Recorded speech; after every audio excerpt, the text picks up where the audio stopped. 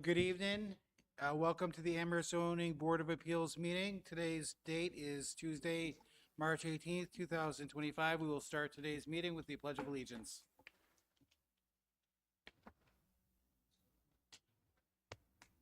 I pledge of allegiance to the flag.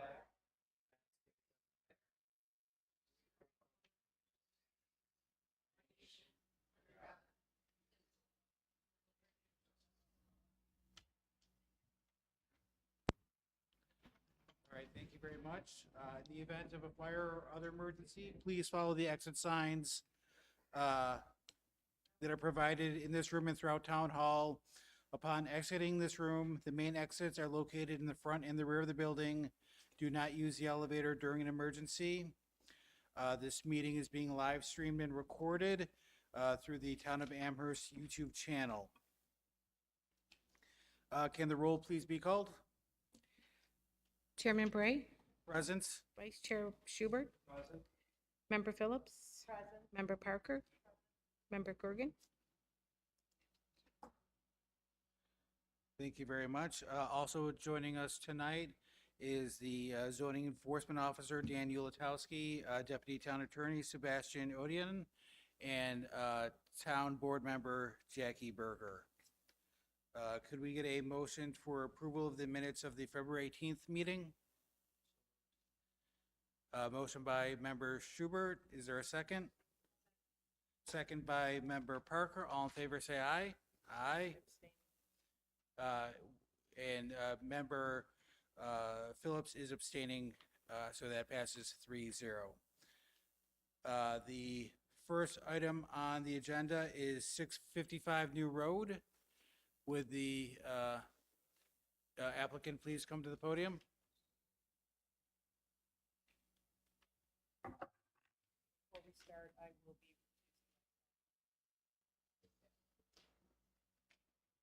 be. Go ahead. Could you just make sure you say your name and address into the microphone? Jeff Dunn. I work for Catco, Alden, New York. All right, just could you present the application? We're trying to get a staging area for the new road project for the reconstruction.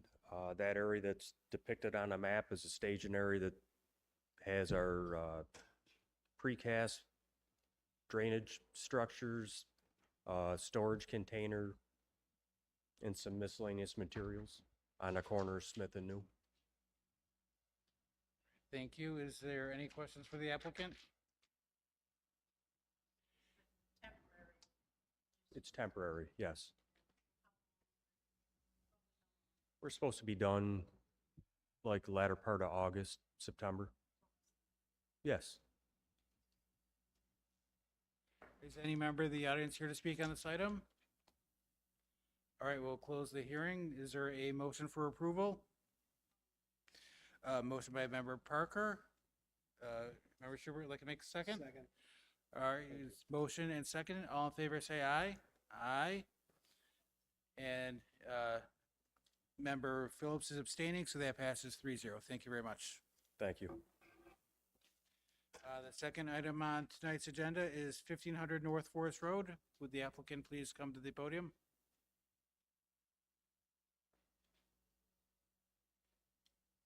Please make sure you sign in on the sheet on there, as well as say your name and address into the microphone before beginning. Patricia Bailey, 1350 East Main Street, East Aurora, New York. Maria Winston, I live at 1500 North Forest. Go ahead. So we are presenting a plan that had previously actually been approved by the planning board back in about 2012. And I think in the documentation that's presented, you'll see that prior variance, but we're seeking a setback variance at that 15-foot 2-inch line to construct a new attached 2-car garage to the dwelling. And Maria has lived there for 12 years. 12 years. Yep. And the constraints of the site are such that they're really, because we're in the floodway, as you can see, I know the survey was also submitted, but because of the grading and the layout, there's currently a driveway that wraps around the entire structure anyhow. So in terms of like the increase to paved area, it's fairly modest as to what's currently there. And there aren't many other opportunities to build in this amenity to the dwelling, other than this little sweet spot we've identified because of the creek also being in the rear of the parcel. The backyard is much lower elevation, so sorry, the backyard is a much lower elevation than where the house is kind of up high and dry. So that's, if you see where that line is, there's really, the kids sled down there. You wouldn't be able to put the garage on the other side. Right, thank you. Is there any questions for the applicant? Is any member of the audience here to speak on this item? Okay, we'll close the hearing. Is there a motion for approval? Motion by member Phillips. Is there a second? Second. Second by member Schubert. All in favor, say aye. Aye. Any opposed? Passes 4-0. Thank you very much. The third item on tonight's agenda is 500 Cross Point Parkway. Please make sure your name and address is on the sheet on the podium, and make sure you say that into the microphone. Good afternoon. I'm here representing the chapel. We do have a chapel representative, Paulette Maines. And we are here to, actually the package, the only variance that we're requesting, if you want to keep scrolling, is actually this sign, and then a couple others. So under the square footage, we are over. The reason for the design is based on function and legibility. So the function of the height of the sign is that it snows in Buffalo. So we have the sign at 78 inches because we have snow piled up at the base of the sign. It could be anywhere from 18 to 24 inches. So that's why the base of the sign is blank, because of snow. The letter height is 2 inches, which is a visibility. 3 inch is visible at 30 feet. 2 inches then is about 25 feet. And an average car length is 14.5 feet. So when you come onto the site, we wanted to be able to have visibility for the signage, which lends itself to a 2-inch high copy. Based on the copy of the sign for the wayfinding on campus, all of a sudden you get to that size of the sign. The branding is important. As you enter off of Corporate Parkway, there's no signage on the front of the building that says the chapel. So we very large, or on the top portion of the sign, we have the chapel, so that you have brand identity. If you want to keep scrolling, you'll see the remainder of the signs right there. We have kept the height and the width exactly the same. The letter height, exactly the same. The difference is because this is secondary wayfinding on the campus, we decided to take off the chapel because you knew you were on the chapel's campus. We brought that orange branding down to the bottom where it could be snow covered, and then we've maintained the 2-inch height. So that is the purpose and the function of the signs. There are currently no signs on the campus for wayfinding. And the idea of actually getting the user to a secondary entrance, because as you enter, you want to go right to that entrance.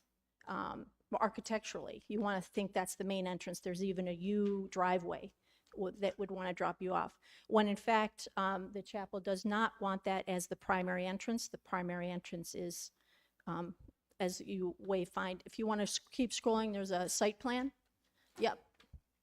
So you would think that the main entrance would be near 04. However, it is at 10. So the 06 is the one that we just saw that had the chapel orange branding on the top. And then the secondary ones that are in question are number 8, 12, and 15 for the square footage variance that we're requesting. Do you have any questions? Any member of the board have a question for the applicant? I just have a quick question. Then what is 04? 04, it's, there's a biblical study at entrance, yeah. Yeah, so it's a wayfinding as, So even though it looks like it's the main entrance, it's not. no, it's a secondary, yep, that is correct, sir. Yep. Thank you. All right, is any member of the audience here to speak on this item? All right, with that, we'll close the hearing. Do I have a motion for approval? Motion to approve. Motion by member Schubert. Is there a second? Second by member Phillips. All in favor say aye. Aye. Any opposed? Passes 4-0. Thank you very much. Thank you. The, oh. The next item on tonight's agenda is 9860 Transit Road. The applicant, please come to the podium. Good evening, ladies and gentlemen. My name is Charlie Tarr, and I'm here representing NAS Signs and our clients, Natalie and Tom Barwell. I'm here tonight to seek relief from the the coordinated sign plan, based on the premise that the front property is simply rental units. The packet that I gave you shows the proposed sign, newly restored. Natalie and Tom are longstanding clients of ours, and the sign has actually moved to various locations over the years. This is their new intended location at 9860. And the second commercial property on the site triggered the request for the sign plan, but we were trying to avert the cost, given that the front property is very simply rental units. And there is a Zillow listing, if anyone's concerned, to see the interior of the rental units themselves. So, Does anyone have a question for the applicant? All right, is any member of the audience here to speak on this item? All right, we'll close this item. Is there a motion for approval? Move to approve. Motion by member Schubert. Is there a second? Second by member Phillips. All in favor say aye. Aye. Any opposed? It passes 4-0. Thank you very much. thank you. Have a good night. All right. The next item on tonight's agenda is 5150 Main Street. Will the applicant please come to the podium? Make sure you say your name and address into the microphone, and make sure it's written on the streets. How you doing? Nick Dalp from Iskolo Development, 5166 Main Street, Williamsville, New York. With me is Sean Hopkins. We're here tonight to talk about 5150 Main Street redevelopment project. Next slide. So the redevelopment involves the renovation of the existing building at 5150 Main Street, which is on the corner of Park Club Lane, together with some minor site improvements that we're doing. The applicant is Iskolo 5166 Main LLC.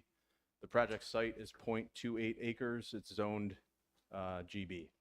We also own two properties to the east, 5166 Main and 5178 Main. 5166 our corporate headquarters, and 5178 is Evans Bank. This property's been underutilized and outdated for a number of years. So when it became available, we're excited to kind of jump on this project, redevelop it, and kind of tie its design into the building next door, which we own. Project site, so the I-290 here, Main Street, Park Club Lane, and then this is the project site itself. Next slide. This is just a zoomed in view. Again, you can see the project site here. This is our corporate headquarters outlined in red, and then 5178 Main, which is Evans Bank. Again, no work is really being done on these two, just focused on this site here. So property information, the original building was constructed in 1959. Again, it's got this prominent corner location on Main Street at Park Club Lane. The total building square footage is 8,300 square feet. It's a two-story building, however, it's on an escarpment. So from Main Street, it appears to be a single-story building, but from Park Club Lane, you can clearly see it's two. Again, sorely outdated exterior and interior. We acquired it in 2024, and then the building is fully vacant. Next slide. So just the existing site, 15 total parking spaces. Parking is located in the front and just along back here. This is property controlled by New York State DOT. And as you can see, the entire parcel's been developed. We're not proposing to change the square footage of the building or the shape of the building at all. Next slide. So this is a view from Main Street, what the building looked like prior to our renovation of it. Next slide. This is a view from Park Club Lane. So what we're doing. We've completed selective demolition. If you've driven past it, you've seen kind of the front facades ripped off. We're making way for a brand new exterior facade, adding larger storefront glass awnings on the front, Main Street side. We're adding glass on the rear facade, which is Park Club Lane, and then turning the corner for that. The site improvements include replacing the sidewalk along the storefront on Main Street. We're increasing that by 2 feet. We have a prospective tenant for that floor, which asks for bollards in front. So by increasing it to 2 feet, we can add those in. We're going to mill and top all the asphalt, add new sidewalk to the back, Park Club Lane storefront as some pedestrian access, adding some additional landscape islands in the back, and then restriping the lots to gain 3 additional parking spaces. So the work, again, adding new sidewalk here, extending this out 2 feet for the addition of the bollards. We're restriping the back parking lot to gain 3 additional spaces. This was the sidewalk along the rear that I was talking about for pedestrian access. And then we're adding some landscape islands where none currently exist. So this is the Main Street view.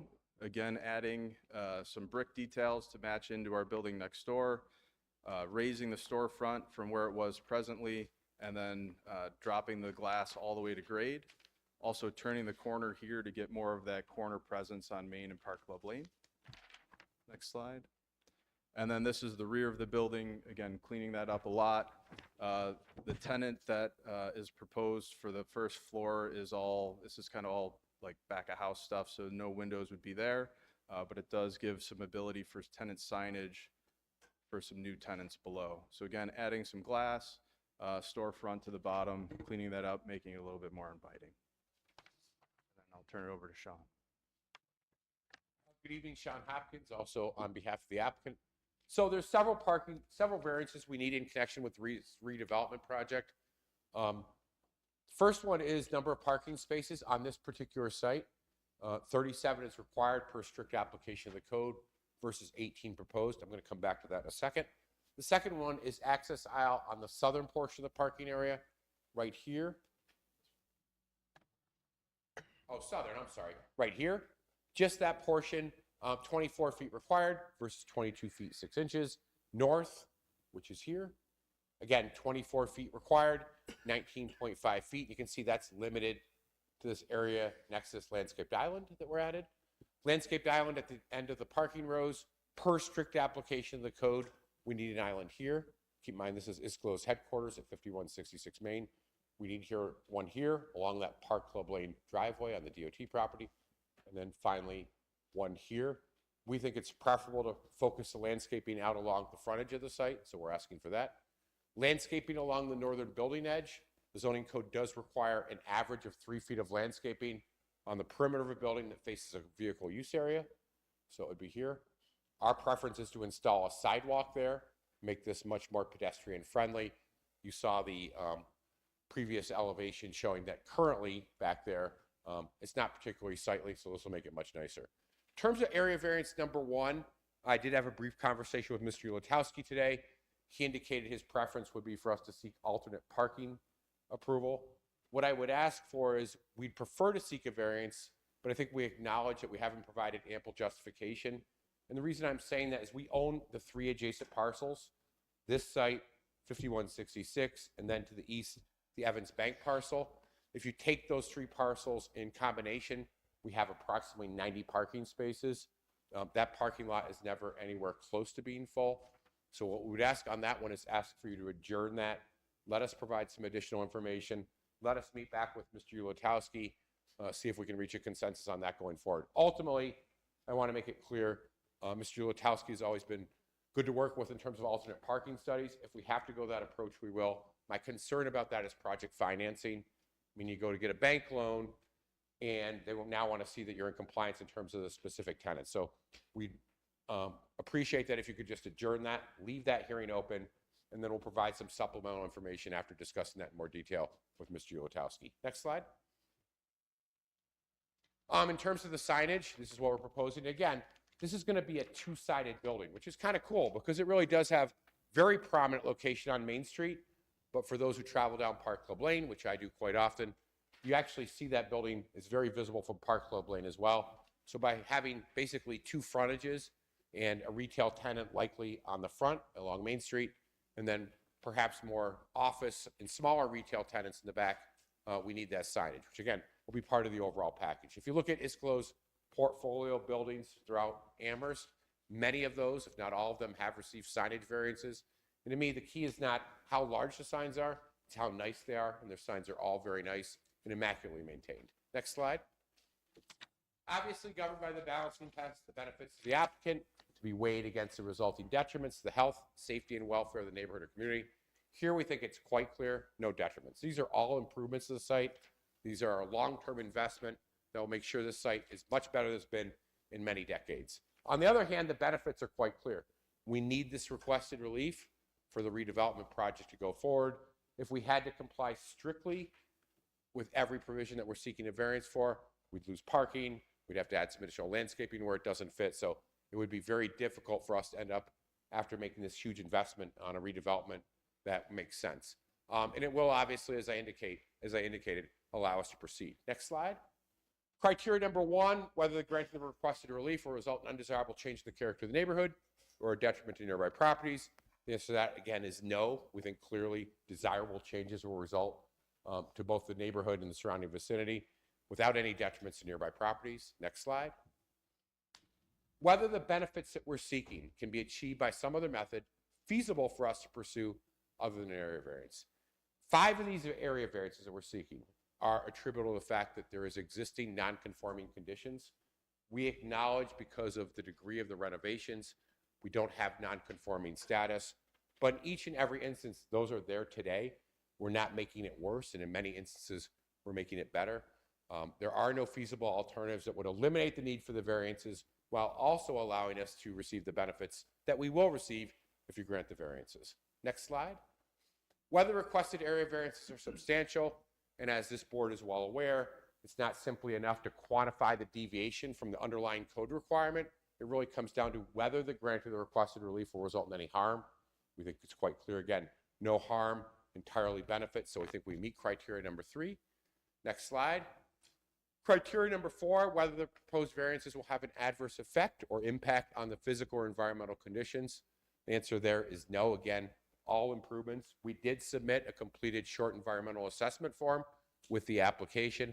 This site, as Nick indicated, has been disturbed in its entirety previously. There are no protected resources, wetlands, cultural, historic on the site. And most importantly, at the end, we will still have to comply with the town's technical stringent requirements. That will be done via minor site plan approval, which will be reviewed and vetted by the planning department and a whole host of town departments and committees. And then finally, criteria number 5, whether the alleged difficulty was self-created. And as the board's aware, this criteria by itself cannot be the sole basis for your decision-making. We acknowledge we have understanding of the zoning code. It's zone general business. It's been zone general business since 1976. However, as he indicated, this site was developed originally in 1959, so many of the existing requirements predate the current zoning code and even the previous zoning code from 1976 and 1960. So I think while you can find that with respect to criteria number 5, that's a self-created hardship or self-created difficulty, we think there's ample justification based on the overall balancing test and the other 4 criteria to grant the requested relief. So with all that being said, what we're asking you to do this evening is grant the variances other than the requested parking variance, adjourn the hearing on the parking variance. We'll make a supplemental submission addressing that. We'll meet back with Mr. Yolotowski and come back on that particular variance next month. If there's any questions, either myself or Nick would welcome the opportunity to address them. Does any member of the board have a question for the applicant? Is any member of the audience here to speak on this item? We'll close the hearing on the last variance request and to adjourn the one on the parking. I think we need a motion for that. So do we do it separately or all together? Make a motion.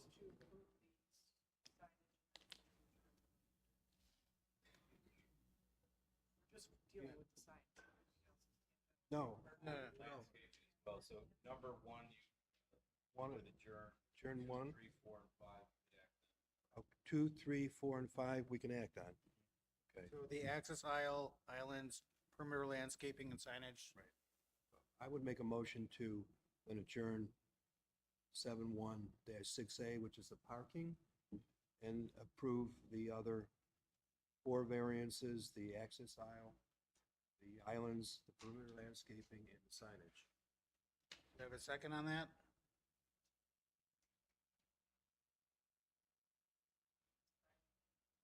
Second by member Phillips. All in favor, say aye. Aye. Any opposed? Passes 4-0. Thank you. The next item on tonight's agenda is 2577 Millersport Highway. I want to state for the record that we received an opinion from Dan Spitzer from Hudson Ross stating that it is that the board can determine if a use variance is more appropriate than a area variance.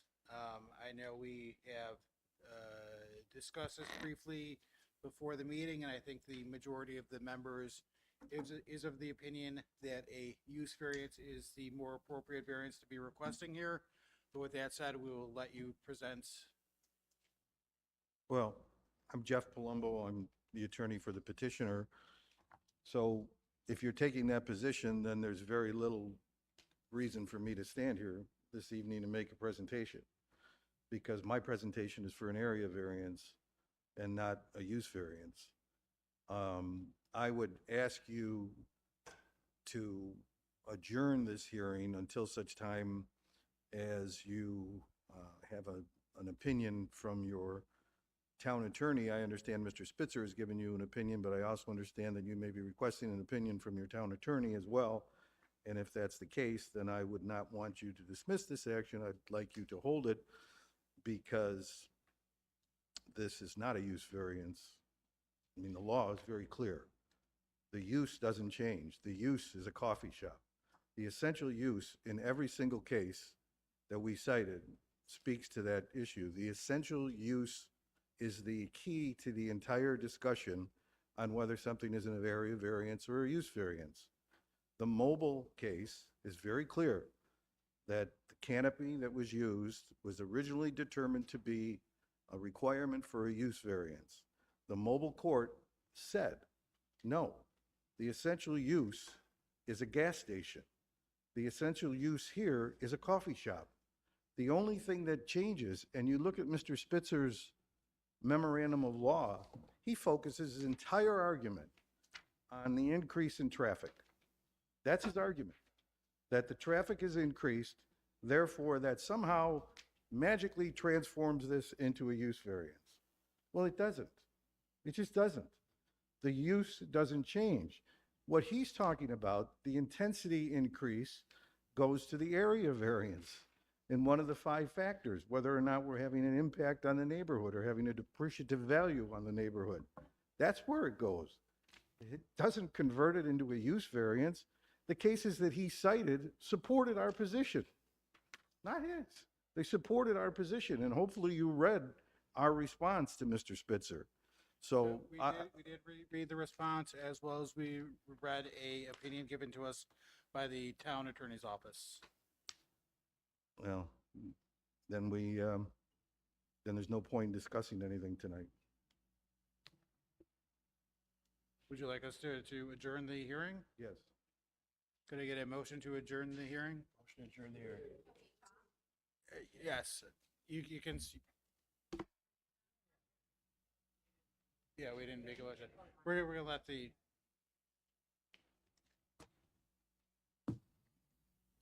Hi, I'm Kathy Summiday, and I live at 33 Collins Court. And this is Dr. Robert Summiday. He's here to help me. Our lawyer prepared the presentation that was sent. Unfortunately, she had an emergency come up, so we're going to try to present it. We don't believe the zoning code allows for this project. The drive-through requires a use variance and an area variance. The use variance states that the previous use of property was a quick service restaurant without a drive-through. with the hours of operation that are shown. The proposed use of the property, quick service restaurant with a drive-through, with the proposed hours that are shown. With the area variance, the code requires all outdoor speakers shall be located a minimum of 100 feet from the nearest residential district boundary and shall not be directed towards such neighboring property. The speaker is located within 20 feet of the residential property, which is only 1/5 of the required setback. And I know that the applicant came back saying they were going to change that to, I think, 46, which is still half of what it should be. As far as the use variance, restaurants with drive-throughs and restaurants without drive-throughs are considered different uses under the code. We are in a neighborhood business district, which says it does not allow restaurants with drive-throughs or outdoor dining, And a general business district does allow for restaurants with drive-throughs. The code further indicates that a drive-through facility is an independent use, which is allowed in some districts and not in others. A drive-through facility is permitted in accordance with the district use table, subject to the following standards.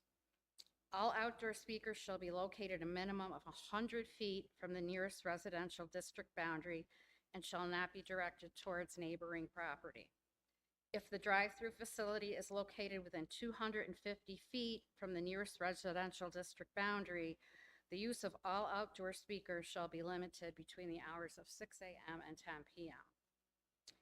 And where a drive-through facility is allowed in mixed-use districts, all drive-through areas, including but not limited to menu boards, stacking lanes, trash receptacles, ordering box, drive-up windows, and other objects associated with the drive-through facility must be located to the side or rear of the principal building.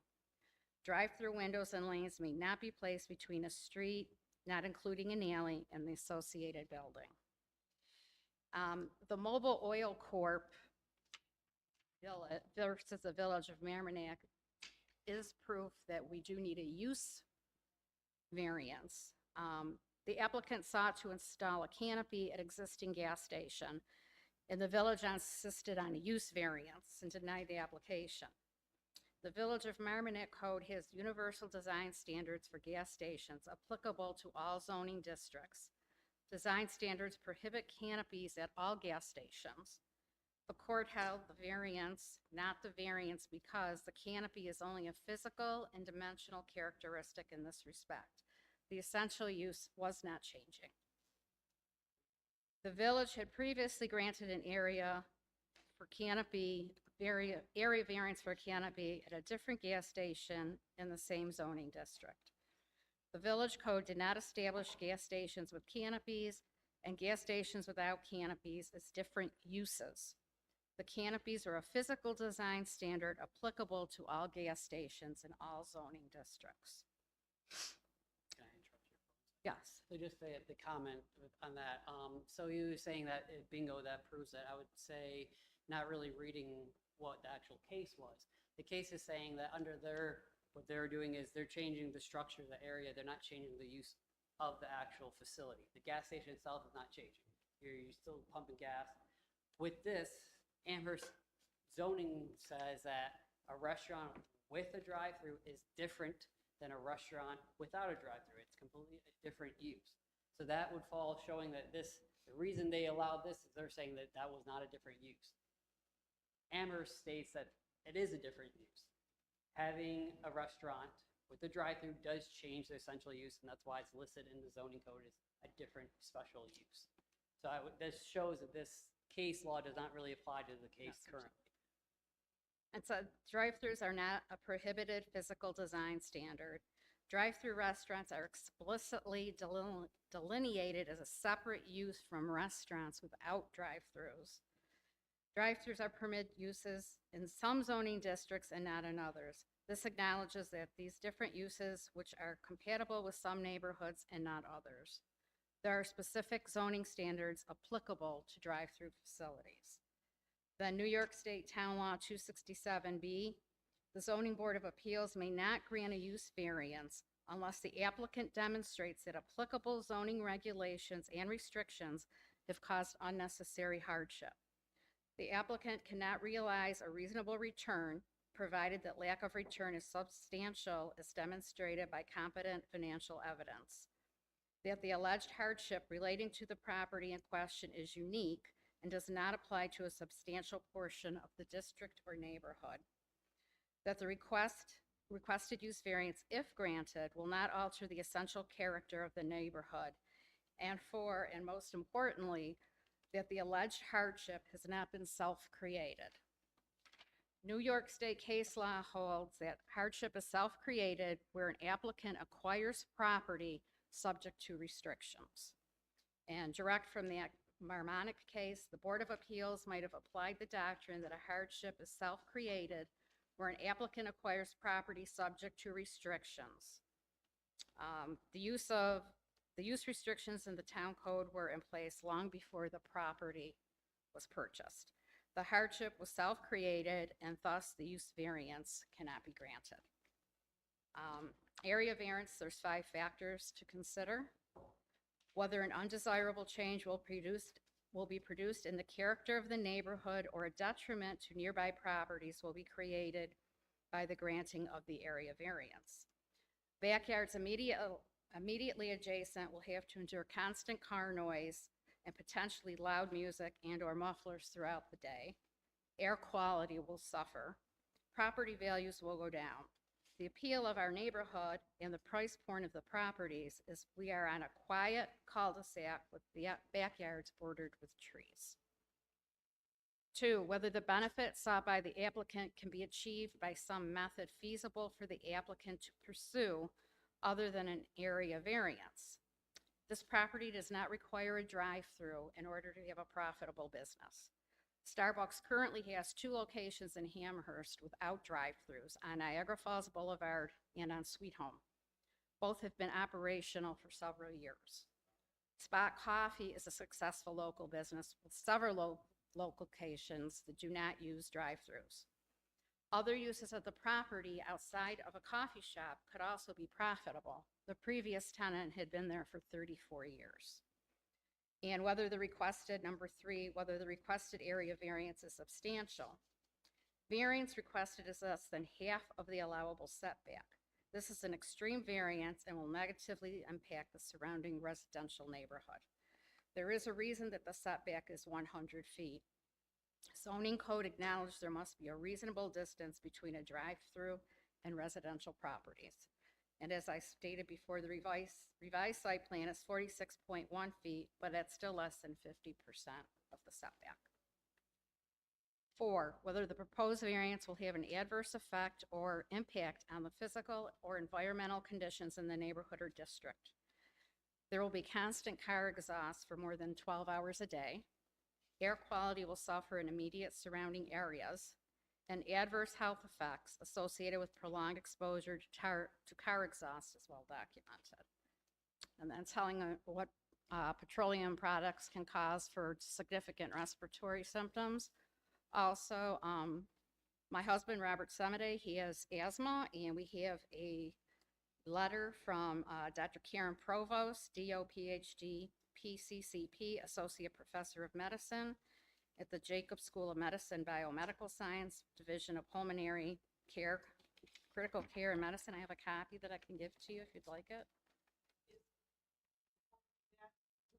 That pertaining to? My husband. That lives in the My husband. He lives in the house with me. I get that, but there's HIPAA. Well, that's why we just said asthma. Yeah, just that there's asthma. There's nothing else. I don't think the doctor's note's necessary. Okay, I just wanted to, that we weren't So just, from making that up. medical standpoint, even without the note. So yeah, with the CO exhaust and all that with cars constantly increases methemoglobinemia. It causes methemoglobin, which leads to methemoglobinemia, which is pretty much a functional anemia. So people that already have underlying lung issues already don't have enough oxygen intake. So then when you're giving them a functional anemia, you're even decreasing the amount of oxygen that can get traveled to all their cells, increasing the risk for strokes, heart attacks, increases pulmonary vascular resistance, which then will also lead to failure of their heart, AFib. So for something like this, when you're expecting to live in a neighborhood, increasing that is not ideal for somebody with any kind of underlying pulmonary issue. Okay, and then number 5, whether the alleged difficulty was self-created. And obviously, when they bought the property, they knew that a drive-through was not supposed to be there, so they knew that ahead of time. So So the hardship was the something. hardship was self-created.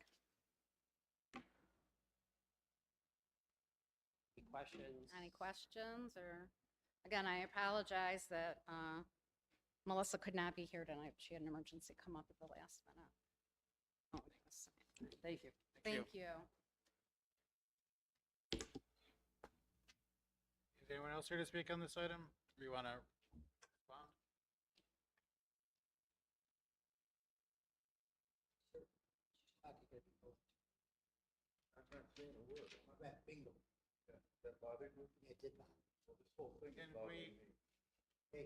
Can we not? Can we not?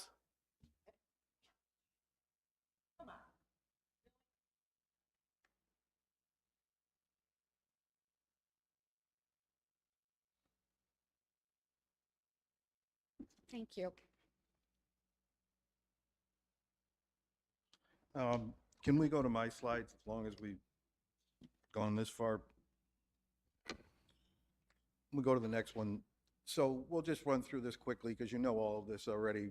We're adjacent to several drive-throughs at the Burger King, which is also zoned neighborhood business, the bank in the Rite Aid nearby, and the residential properties, of course, do not have drive-throughs. But if you look at the next map, you can see what we've highlighted. Those are the existing drive-throughs at the Rite Aid, at the Cornerstone Credit Union, and the Burger King. The next one is the proposed development, as you know, is a quick service coffee cafe with a drive-through service, which is the need for the variance.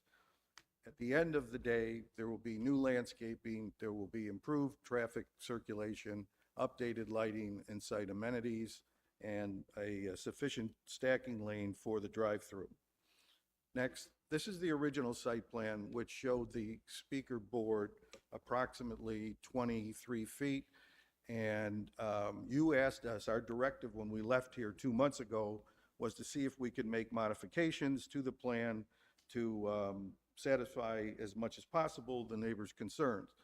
So we did that with the next plan, which is the revised plan, which shows a relocated reader board here with additional landscaping all the way around the leaderboard. It's now approximately 45 feet, 46 feet, and substantial landscaping as well. And if you've been out there, you know there's already substantial existing vegetation along the property line. The next plan was a plan that was created by the planning department, talked about moving the reader board into this area, which would comply here, which would be 93 rather than 100 feet off the property line, a substantial difference, of course, than the 20 feet. However, this would, in our opinion, create more of a problem with the stacking and having the reader board here and cars stacked through the parking lot. That's exactly what we try to avoid. Next. So the other plan that we're showing now is what we call the mixed-use alternative. This is the existing building, and the NB zoning district would allow a second building, which would be compliant with the variances. We would take this off. We would not have the drive-through. This would be a standalone building. And all I'm saying is that that can be done without any variances. So is this better than what we're proposing? I don't know. That would be up to the neighbors. But I just wanted to point out that we do have other restaurants interested in the site. So this is a possibility in the event that the decision goes negatively for us. So we talked about what the variances are. You know what they are. We don't need to go into any detail about that. But I do want to go into detail now about the use variance versus the area variance, since we have seen the neighbors' slides. And I'll be repeating some of the things that I already said, but primarily what's important are the holdings in the Wilcox and the mobile cases. The primary test is, as I've stated, does the essential use of the property remain unchanged? That's it. Does the use remain unchanged? It's coffee shop to begin with, it's a coffee shop to end with. It's a coffee shop. The essential use of the property remains unchanged. And we see that in both the Wilcox Court of Appeals and the canopy test in the mobile case. And it's important, I don't know if you've read any of the cases that were cited by Mr. Spitzer or by my office, but some of the language is so clear. Variances with severe community impact remain area variance when use category stays the same. That's the National Merit case. They talk about these issues. They talk about the fact that it has to change a use, not a change in a drive-through. Those are design features. Those aren't use features. Next. And in looking at what the neighbors showed, the NB restaurant without drive-through or outdoor dining. And then they point to this, restaurant with drive-through, as some evidence that that means a use is different. Well, that's not what it says. It also says no outdoor dining. And GB is restaurant with outdoor dining. Does the town require use variances for patios outside restaurants? I'm not aware of any. And that's exactly why, because the use doesn't change if it's an outdoor dining or if it's a drive-through. The use is still a restaurant. Next slide just repeats what I said. It's not a separate use from restaurant without drive-through.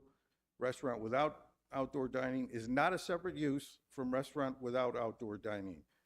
And as I indicated, are we requiring use variances for patios outside a restaurant? No. The code doesn't even define a restaurant with a drive-through or a restaurant without a drive-through. Next, their slide, which is supposed to indicate that a drive-through facility is an independent use, which is allowed in some districts and not others, to show you that it's a use issue. Well, go to the next slide, and this is the rest of that section of the ordinance that wasn't cited. A drive-through facility is permitted in accordance with the district use table subject to the following standards. These are standards. These are design standards. This is not defining a use. It's defining a standard. How we can possibly conclude that this is a use variance is beyond me. Next, and again, I'm saying these things before you get to the next slide, but you can go to the next slide. When viewed in the context of the actual code, drive-through facility only appears in the context of district design standards. The only time it appears. The design standards govern the dimensional characteristics of physical site features. The zoning code clearly addresses drive-through facility as a restaurant design element, subject to specific dimensional standards, not a separate use. Next, there was a health study that was referenced in the bullet points from the neighbors, and that health study was a claim that effect of automobile exhaust on pulmonary function tests among traffic police personnel. This study took place in India, and it was regarding health effects on traffic police located in the Kashmir Valley in India. So what relevance that has to the minute number of vehicles that will be on the site on a daily basis compared with the 15 to 18,000 cars that go by Millersport and Campbell on a daily basis, ours is a drop in the bucket. So my final question to you, is this a determination now of the code enforcement officer / town attorney that a use variance is necessary? If it is an official determination, then I'll be challenging that determination in court and not wanting to go through the procedure of challenging it through the Zoning Board of Appeals again, which is the appropriate method of doing it. I would assume that's your official determination, which would not necessitate me to come back here and do this all over again. You want to take that? we do have a memorandum to the zoning board from Sam Alba and the other deputy town attorney concurring with the opinion of Mr. Spitzer that this should be treated as a use variance. That's the, and that the direction is that if you wish, you could amend your application and refile as a use variance or withdraw your. Thank you. But that's not my question. My question is this. In a normal situation, that would have been provided to me when we filed the application 3 months ago. And then I would have had the ability to challenge that determination through my appeal to the Zoning Board of Appeals. Did not afford me that opportunity until this evening, providing it 3 months after the application was filed. So what I'm saying is, rather than go through the normal formal procedure of appealing that decision to the Zoning Board of Appeals, I would just like you to state that that is your official determination, the Zoning Board of Appeals, so that I can challenge that in court rather than have to go through this farce again. I'll leave that to the board as to what they wish to offer you on the record, Mr. Palumbo. With the Assistant Deputy Town Attorney here to further support what their memorandum states. It's either your official interpretation or it isn't. Well, I can tell you my interpretation. Can we just, let's just adjourn the item. So, can I get a motion for adjournment? Move to adjourn. Motion by member Schubert. Do we have a second? Sorry to interrupt. Before you just, can I say one thing before? No, you can't. We're closing it. All in favor of adjourning the item for tonight? Say aye. Aye. Any opposed? All right, that's adjourned tonight 4-0.